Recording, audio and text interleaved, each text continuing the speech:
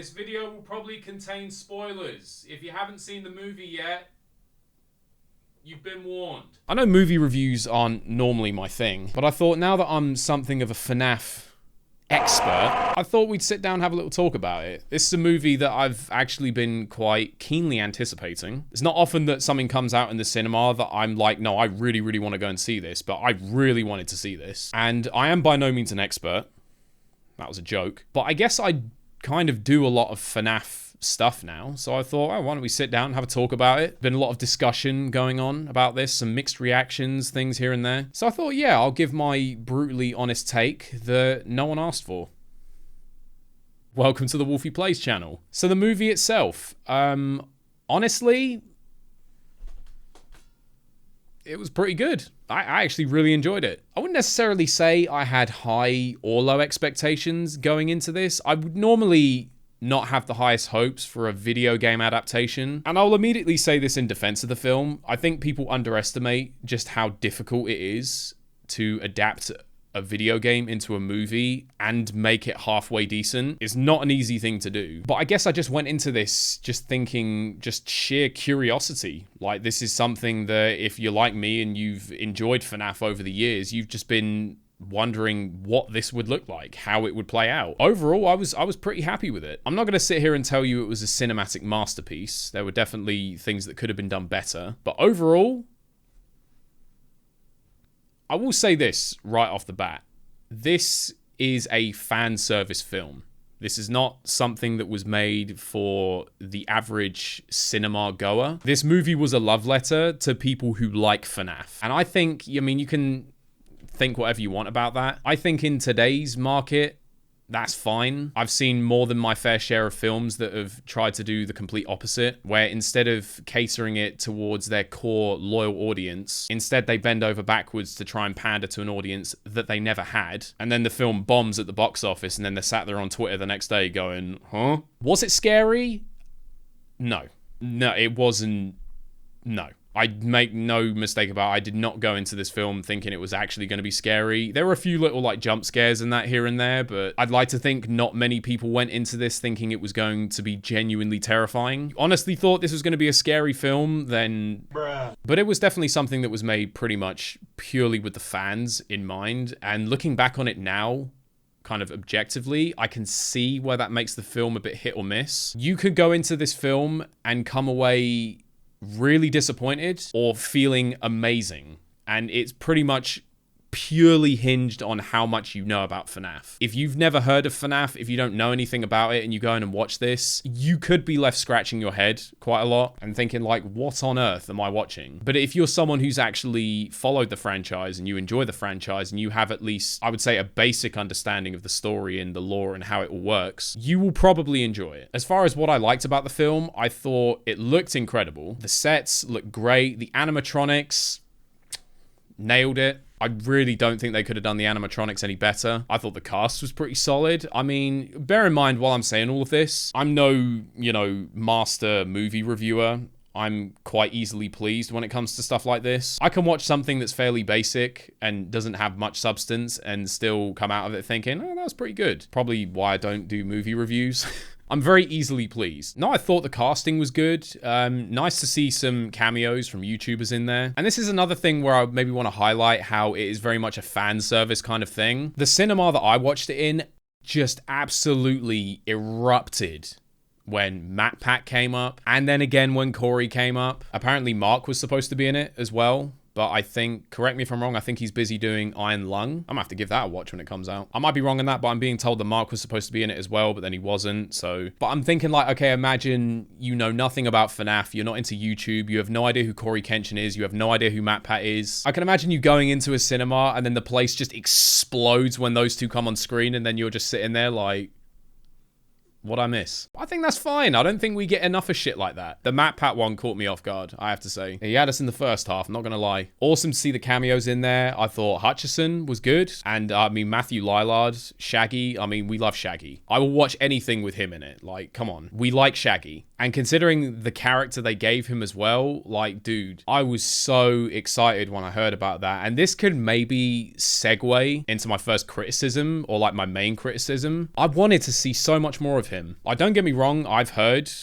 quite extensively now that this is supposed to be a trilogy. If that is the case, then I'm sure we're going to get to see much more of him. But again, I think I can speak on behalf of most people when I say I was so excited when I heard that he was going to be in this movie and who he was going to be playing. I was like, that is just something that I did not know I needed in my life. And that is so fucking cool. I just wish we could have seen more of him. For the character who is effectively the Thanos of FNAF, it felt like he got like 5 minutes of screen time. And the whole ending sequence with him just kind of felt a little bit rushed. I wish we could have seen more of him. Like, even if it was just teased like here and there, I didn't need him to make like a full-blown appearance beforehand, but you could have showed more than just the odd drawing of a yellow rabbit. Like, William Afton is the guy. Like, the villain. I just wish we could have seen a bit more of him. As far as the actual spring trap bit, and, you know, when he drops the line, I thought that was mostly fine.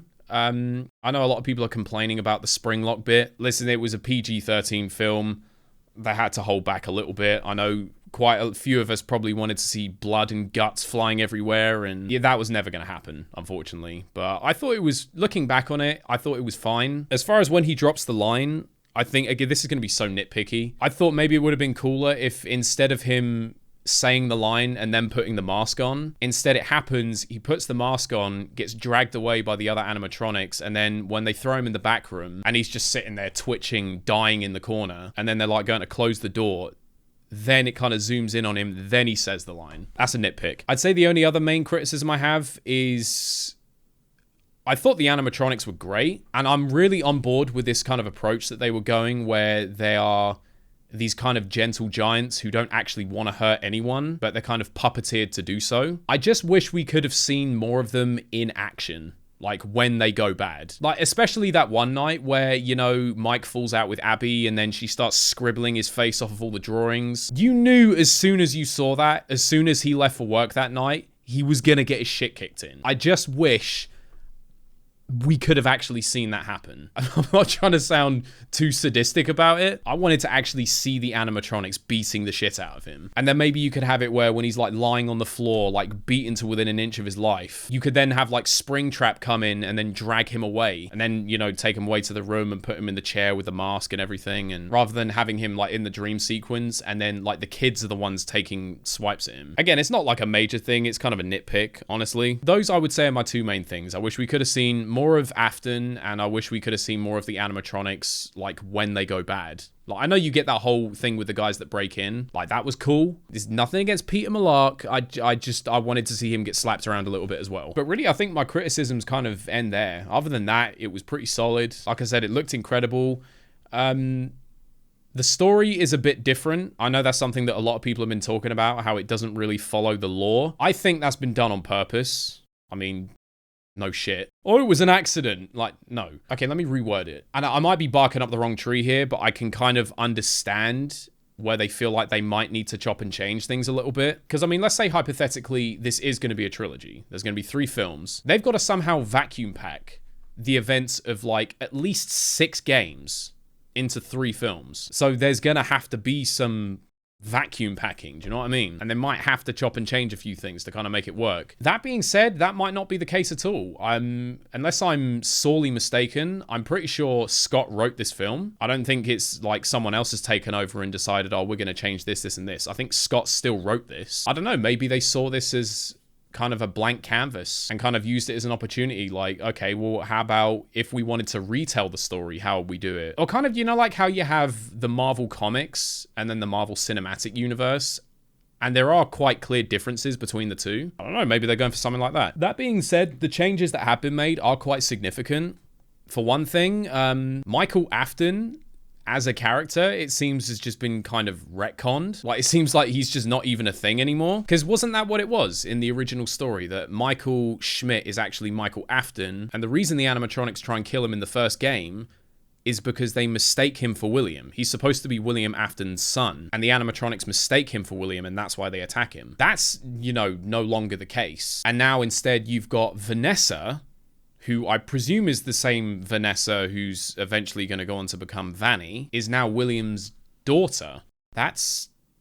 Do you know, having played the glitched attraction, that's hitting kind of different. So it kind of seems like Michael Afton is no longer a thing. Instead, now we just have Mike Schmidt, who really is just Mike Schmidt. He's just a guy. And instead, we have Vanessa Afton, which then sort of raises questions about, you know, kind of where do we go from here? I have a theory, a game theory, if you will. As far as where I think we go from here, I think it probably makes sense to jump straight to FNAF 3. For the next one. I'll kind of have it be sort of focused on FNAF 3, and then the third one I presume will jump to Pizzeria Simulator. But then it's like they've also got to find time to weed sister location in there as well. Because, you know, the events of that game are pretty important too. I don't know, I have no idea how they're going to do it. But I have a theory, which I'm not going to elaborate on, but I just kind of want to say it so it's just on the record. So in years to come, if I end up being right, I can come back and I can be smug about it. So they seem to be going with this approach that Mike is no longer William's son. My game theory is that Michael's dad in the film is Henry. Hey, hear me out, hear me out. It would explain why his brother got killed. It would explain why he's been so specifically targeted. And it would then also, if he's not going to be William's son, it then kind of gives him another pathway into the narrative where it kind of makes sense. It's just a theory. Just to add on to that, I think the part where Abby almost gets put inside the suit that vaguely looks like Circus Baby, I think that unfortunately was foreshadowing. I think she might be the one who's getting scooped. That's kind of as far as my theory goes for now. I don't know if we're still going to have the stuff with Ennard, and I don't know why I'm trying to jump this far ahead. The whole point was I sit down and talk about the movie, not theorize what the next two are going to be about. I'm just excited though. Like, I genuinely really enjoyed this, and I'm really excited to see where they go from here. If they really are just treating this as like a fresh timeline to kind of retell the story in a slightly different way, that's absolutely fine by me. Bring it on. I enjoyed the movie. I thought it was solid. I've given you my little nitpick criticisms and things that I thought could have been a bit better, but it didn't ultimately take away from the experience. I thought it was a solid film. That being said, I can understand that it was pretty much intended as a fan service film, and if you're not a fan, then you're probably not going to be a fan. I thought it was good. Not perfect, but I thought it was solid. And if this is to be the first of potentially 3, I thought it was a good start. I think that's pretty much all I have to say about it. Feel free to cast me in the second one if you need some extra to just get stuffed inside a suit, or just, I don't mind having my head bitten off. I just want to put that on the record. Now, I really enjoyed the film, and if there are going to be more, then I'm really looking forward to seeing them. Definitely would recommend. If I had to give it like a rating out of 10, I give it like a solid 8. Solid 8 out of 10. Just, one makes me really happy just to see how far Scott and the franchise have come. Like, it's just incredible. Like, I still remember playing the first game, and just to see how far it's all come now is unbelievable. And credit to Scott, you know, he created something amazing. Wasn't the origin of FNAF like he used to make games and then people complained that his characters looked too robotic, and that's then when he made FNAF? If that's the case, then I'd be like, talk about the happiest accident in the world. So it's just really wholesome to see how far the franchise has come, but also really exciting to see, like, where's it going to go from here. I feel like this is kind of where I've moved my focus now in terms of content, and I'm loving it. I'm really enjoying getting back into the games, playing some of the fan games. We got Help Wanted 2 coming out. I'm definitely going to play that. Might even see if I can get hold of some VR stuff. No promises on that one, but I'll see what I can do. Yeah, this makes me very excited going forward. That's pretty much going to be it for this one. Feel free to let me know your thoughts in the comments if you've seen the movie. If you haven't and you've sat and watched all of this, then, well, you don't even need to watch it now. Nah, you definitely should. You definitely should. But feel free to leave your thoughts in the comments. Drop a like if you enjoyed the video. Subscribe if you're new around here. Next time, I guess, I'll be back to less talking about FNAF, more playing it. See you next time.